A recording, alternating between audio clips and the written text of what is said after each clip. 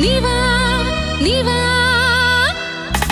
മേലെ പൂമല താഴെ തേനല കാറ്റേ വാ പാലപ്പൂം കന്യക്ക് പഴങ്കു കാക്കും നിലാവിൻ മഞ്ചലിൽ കാറ്റേ വാ നിവാ നിവാ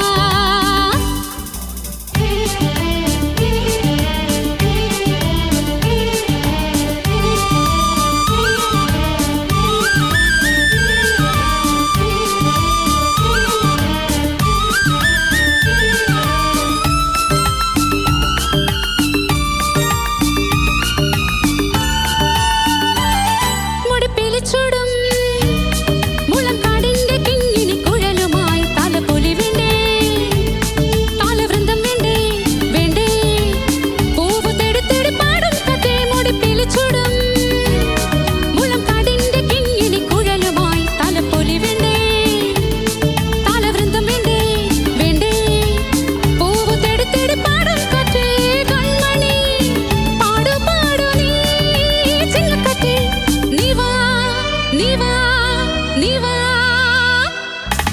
മേലെ പൂമല താഴെ തേനല കാറ്റേ വാ പാലപ്പൂം കന്യക്ക് പഴങ്കു കാർക്കും നിലാവിൻ മഞ്ചലിൽ കാറ്റേ വാ നിവാ നിവാ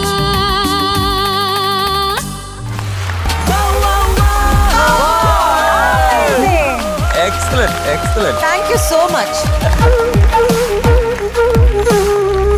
എന്തായിരുന്നു ഇവിടെ? ഹോ, ഞങ്ങളവിടെ വെറുതെ ഇരുന്ന് ഞങ്ങളൊക്കെ ആ സീറ്റില് തുള്ളിപ്പോയി ഞങ്ങളൊക്കെ. ഏറ്റവും കൂടുതൽ എൻജോയ് ചെയ്ത് ആരാന്നറിയോ? ഒരു കുഞ്ഞു കുട്ടിയെ പോലെ ഇരുന്നിട്ട് അതെ. ആരാ നമ്മുടെ കുട്ടി, ആരാ? നമ്മുടെ ബിനി ചേച്ചി. ബിനി ചേച്ചി. അതെ, ഹായ് എന്നൊക്കെ ആക്ഷൻ സോങ് കേൾക്കുന്ന പോലെ.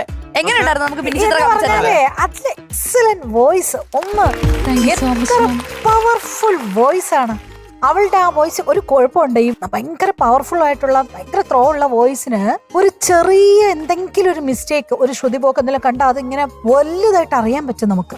പക്ഷെ അങ്ങനെയുള്ള സ്ഥലത്താണ് അവള് പെർഫെക്റ്റ് ആയിട്ട് സൂപ്പർ ആയിട്ട് ചില പാട്ടുകൾക്ക് ചില ആറ്റിറ്റ്യൂഡ് ഉണ്ട്. അതെ, അത് ആ പാടുന്നത് അത് നമ്മൾക്ക് ഇനി എത്ര നമ്മൾ പറഞ്ഞു കൊടുത്താലും അത് ആർക്കും അങ്ങനെ വരത്തില്ല. പക്ഷെ അതൊന്നും നമുക്കതൊരു പ്രശ്നമല്ല. ആ പാട്ടിന് എന്ത് വേണോ ആ ആറ്റിറ്റ്യൂഡ്, അതായിരുന്നു നമ്മളുടെ നിസരി. ഞാനിവിടെ മിക്കവാറും കസേര എടുത്ത് അങ്ങോട്ട് ചാടും, ഇനിയും പാടിക്കൊണ്ടിരുന്നു. അങ്ങനെ വിചാരിച്ചു. ഭയങ്കര രസമായിരുന്നു. എല്ലാരും ഓർക്കസ്ട്രയും എല്ലാം അടിച്ചു പൊളിച്ചു. വണ്ടർഫുൾ ആയിരുന്നു. വണ്ടർഫുൾ ആയിരുന്നു. വേറെ ഇതൊന്നും പറയാനില്ല. ഇങ്ങനെ വേണം പാട്ട് പാടാൻ.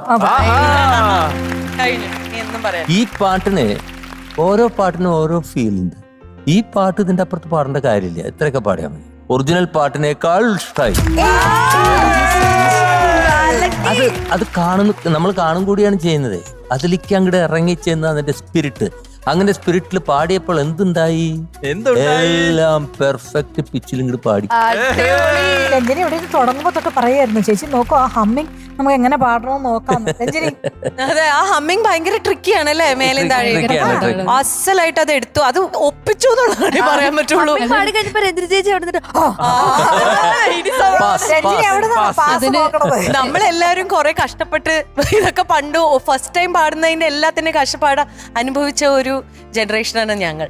ഈ പറഞ്ഞ പോലെ ഈ രണ്ട് കാറ്റഗറിയിലുള്ളതും പാടാൻ കിട്ടിയോണ്ട് ഇത് നമുക്ക് കറക്റ്റ് ആയിട്ട് അറിയാം. പ്ലസ് നിസരി പാടിയതിൽ എനിക്ക് ഏറ്റവും ഇഷ്ടം എന്താണെന്നറിയോ? ഇത് സബിത സലിൽ ചൗധരിയാണ് പാടിയിരിക്കണേ.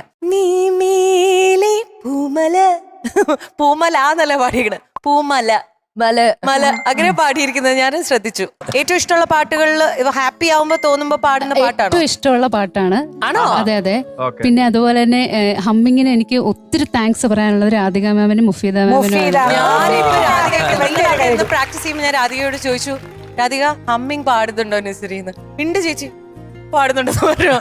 അപ്പൊ തുടങ്ങി ഞാൻ പ്രാർത്ഥിക്കായിരുന്നു. എനിക്കൊരു ഡൗട്ട് ഉണ്ട്. ഇപ്പൊ ഓരോ വാക്കിന്റെ എൻ്റെ ഒരു ചെറിയൊരു ഗ്ലൈഡ് ഇങ്ങനെ വലിച്ചു വിടുന്നുണ്ട്. എക്സ്പ്രസ് ഭയങ്കര രസമാണ്.